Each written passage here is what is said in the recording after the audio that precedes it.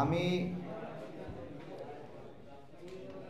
আওয়ামী দোসরদের হাত দিয়ে কোনো সংস্কার চাই না।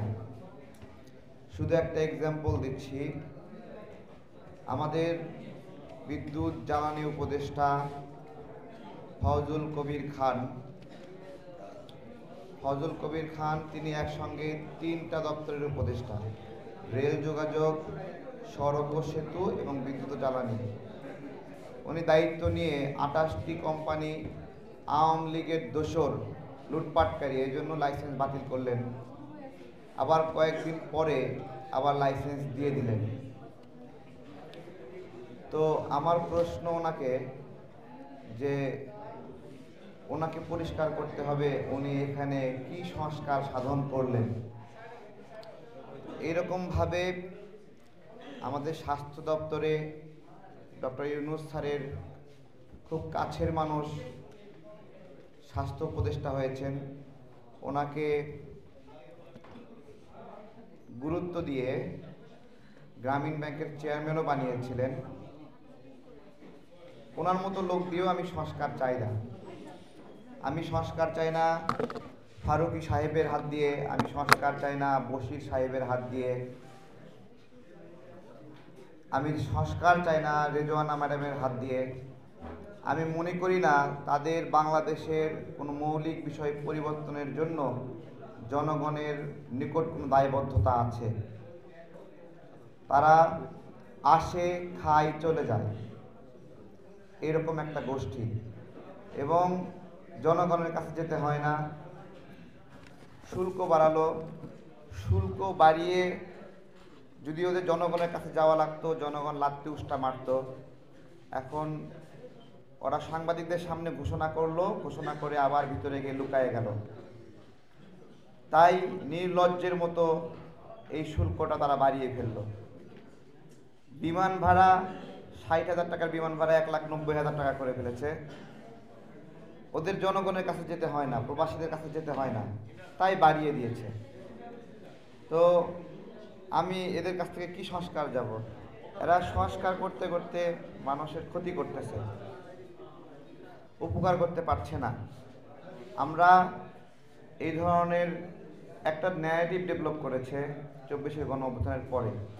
সেই ন্যারেটিভ হলো জনগণের নির্বাচিত ব্যক্তিরা খারাপ, আর এই যে গোপনে সিলেক্ট করা উপদেষ্টারা হলো ভালো। এই ধরনের ন্যারেটিভ দাঁড় করাইছে, এবং ন্যারেটিভ দাঁড় করাইছে যে নির্বাচন একটা খারাপ জিনিস, নির্বাচনের মুখে কালি লাগাই দিছে, এটা একটা কলঙ্কিত জিনিস। নির্বাচন ভালো কিছু নিয়ে আসে না, ভালো মানুষকে নির্বাচিত করে না, এই ধরনের ন্যারেটিভ দাঁড় করাইছে। এগুলো করে তারা বিলম্বিত করছে, বলছে সংস্কার নাকি নির্বাচন।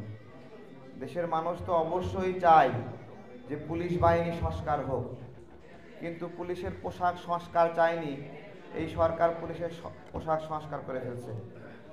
জনগণ যেটা চায় সেটা করতে পারে না, আর বাহিরের রং বদলায়। তো এদের হাত দিয়ে আমি সংস্কার চাই না। আমার সংস্কার না চাওয়ার অর্থ সংস্কার না চাওয়া না। যে ব্যক্তিগুলো সংস্কার করতে যাচ্ছে তারা অ্যাপ্রোপ্রিয়েট ব্যক্তি না এই সংস্কার ঘটানোর জন্য। এই জন্য আমি এদের মাধ্যমে সংস্কার চাই না। শুধু তাই না, আরও অনেকগুলো বিষয় রয়েছে। আপনারা জানবেন যে সচিবালয়ে সচিবের পাশে 2টা শিশু সচিব বসে থাকে। শিশু সচিব বোঝেন?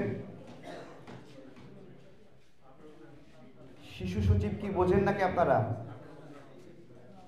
শিশু সচিব বসে থাকে, তারা নাকি সচিবকে শেখাবে, সচিবকে পড়াবে, এবং তারা বিভিন্ন বদলি, নিয়োগ এগুলো নিয়ন্ত্রণ করে।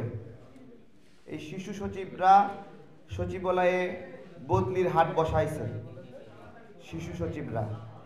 তো আমি যারা নাক টিপলে দুধ বাড়াবে, নিজের জন্য 2 টাকা ইনকাম করতে শেখেনি, নিজের ভাত নিজে রোজগার করতে শেখেনি, নিজের একটা কাপড় নিজে আয় করে বানাতে শেখেনি, নিজের জন্য একটা বাইক নিজে ইনকাম করে কিনতে শেখে নাই, তারা রাষ্ট্রের সংস্কারের দায়িত্ব নেবে। এসব শিশু সচিবরা আর আওয়ামী সচিবরা মিলে আমাদেরকে একটা সংস্কার উপহার দিতে চায়। তো আমি এগুলো বলার অধিকারটা কেন পাই? অন্যরা বললে গালি খায়, আমি বললে একটু কম গালি খাই, কারণ আমি একটা লম্বা লাঠি নিয়ে দাঁড়াইছিলাম, তো এই জন্য আমাকে গালি দেওয়ার সাহস কম পাই। ঠিক আছে? হ্যাঁ, কিন্তু বিএনপির ভাইরা বললেই বলবে যে 16 বছর ধরে না খাইয়ে আছে, এখন খাওয়ার জন্য অস্থির হয়ে আছে।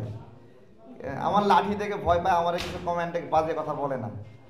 তা আমার কথা হলো, বিএনপি 16 বছর ধরে না খেয়ে আছে, এই কথাটা যারা বলে তারা 16 বছর ধরে হাসিনার দালালে রূপান্তরিত হয়েছিল। তারা 16 বছরে শেখ মুজিবকে আব্বা ডাকছে। তারা 16 বছর ধরে শেখ মুজিবকে আব্বা ডাকে আবার শেখ হাসিনাকেও আম্মা ডাকছে। অদ্ভুত বিষয়, বাপে আব্বা আর মা আর হলো বেটি হলো আম্মা। তো এই সংস্কৃতির মধ্যে যারা ছিল, ঘুম থেকে উঠে বঙ্গবন্ধুকে বাবা ডেকে ডেকে যারা ঘুম ভাঙছে, তারা ছবক দেয় যে 16 বছর আমরা আন্দোলন সংগ্রামে কি করেছি। 28 তারিখ নিয়ে কটাক্ষ করে কিছু বেয়াদব। তাহলে 28 তারিখে আমরা যারা মার খাইলাম, পুলিশরে আসার মারলাম, ঠিক আছে, এমনি ধরে আসার মারছিলাম, ঠিক আছে, তো আমরা লড়াই করছিলাম, আমাদেরকে কটাক্ষ করে, বুঝছেন? তো কটাক্ষ করে আমার কথা, 28 তারিখে তো আমরা মার খাইছি, না হয় মারছি, নাকি জেলে গেছি, না হয় ঢিল মারছি, অথবা মাটিতে লুটাই পড়ছি কেউ গুলি খাইয়া। এটা আমাদের 28 তারিখের একটা চেষ্টা ছিল, গণতন্ত্রের জন্য চেষ্টা ছিল। সেই চেষ্টাকে এই বেয়াদবগুলো বলে 28 তারিখে আমরা কি করছি। 28 তারিখে আমরা একটা কিছু করছি, কিন্তু তুমি হাসিনার দালাল ছিলা ওই সময়, তুমি ছাত্রলীগের একটা পদে ছিলা এবং তোমরা শেখ হাসিনাকে শক্তিশালী করে রাখছিলা, তাই 28 তারিখে আমরা কিছু করতে পারি নাই, কিন্তু আমরা গাফিলতি করি নাই। এগুলো নিয়ে অনেক কথা আছে, এগুলো রাজনীতি বোঝে না। 2 দিন ধরে কিছু বাম সংগঠনের নেতৃত্ব দিয়েছিল, এখন নাগরিক কমিটিতে গেছে, বৈষম্যতে গেছে, গিয়ে এগুলো এসে বেয়াদবি করে, আদিবাসী শব্দ নিয়ে বেয়াদবি করে যে আমরা আদিবাসীকে। এই পাগল, বাংলাদেশে আদিবাসীকে, এই বিবাদ কোনোদিন শেষ হবে? কেউ শেষ হবে? এই বিবাদ কি লাভজনক না লসের?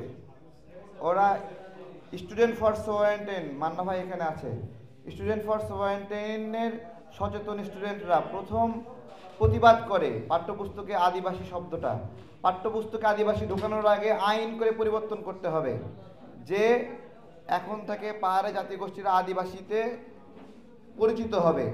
এই আইন দেওয়ার আগ পর্যন্ত পাঠ্যপুস্তকে দেওয়া দেশদ্রোহী কাজ, নাকি? এটা রাখাল রাহা দিয়েছে, স্টুডেন্ট ফর সোভারেন্টিন একটা প্রতিবাদ করেছে। রাখালরা সাহেব উনি চালাকি করে ওদেরকে ওই এনসিটিভির ভিতরে বসায় বসায় সময় লেনদি করছে, লেনদি করায় আটকায় রেখা। ওইদিকে নাগরিক কমিটির কয়েকটা ছেলে পেলে পাহাড়ি, ওরা কিছু ছেলে পেলেকে নিয়ে এদের উপর চড়াও হয়েছে। এখন চড়াও হইতে গিয়ে মার খাইছে। এটা ছিল 2 পক্ষের বিবাদ। এরকম বিবাদ রাজনীতিতে মাঝে মাঝেই হয়। নাগরিক কমিটিরা হুঙ্কার দিল স্টুডেন্ট ফর সোভারেন্টাইন এদেরকে গ্রেপ্তার করতে হবে। এখন পুলিশের কি সাহস আছে এদের হুঙ্কারের পরে গ্রেপ্তার না করে? 2 জন দেশপ্রেমিক সহযোদ্ধা যারা সার্বভৌমত্ব নিয়ে গবেষণা করে, এই যে আদিবাসী শব্দের যে সার্বভৌমত্বের সংকট তৈরি করে, এটা নিয়ে গবেষণা করে, এরকম 2 জন মানুষকে আটক করে রাখছে এবং কোনো ম্যাজিস্ট্রেট, কোনো বিচারক তাদের জামিন দেওয়ার সাহস পাচ্ছে না। কেন সাহস পাচ্ছে না? কারণ নাগরিক কমিটির ছেলেপেলে বলছে যে এদেরকে জামিন দেওয়া যাবে না, জামিন দেওয়া যাবে না। এখন সার্বভৌমত্বের কথা বলে সে গ্রেপ্তার হয়ে বসে আছে, কিন্তু সাবের হোসেন চৌধুরী 4 খুনের মামলার আসামি, তাকে জামিন দিয়ে দিয়েছে।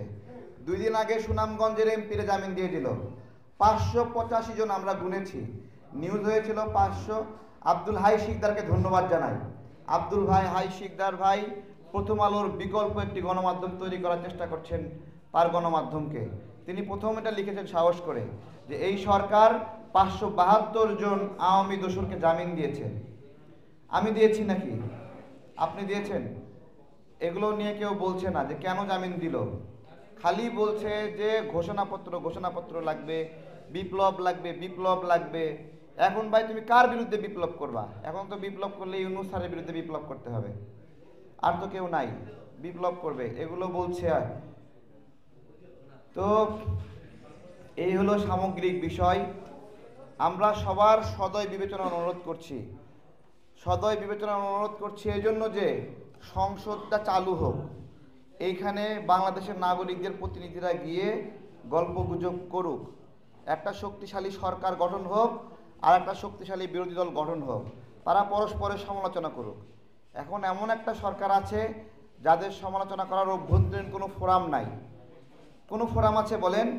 সরকার যে একটা মিটিং করে, ওই মিটিংয়ে কেউ ওয়াকআউট করবে, বয়কট করবে, বা আমি এটা মানি না এরকম বলার কেউ আছে? কেউ নাই। তাহলে এইভাবে রাষ্ট্র চলে না। আমরা এইভাবে রাষ্ট্র চালানোর জন্য যেইভাবে সংসদে যৌক্তিক বার্গেইন হবে, যৌক্তিক আলোচনা হবে, সেই প্রতিনিধিরা চাই। এবং জনগণের নির্বাচিত প্রতিনিধি কখনোই ভুল প্রতিনিধি না।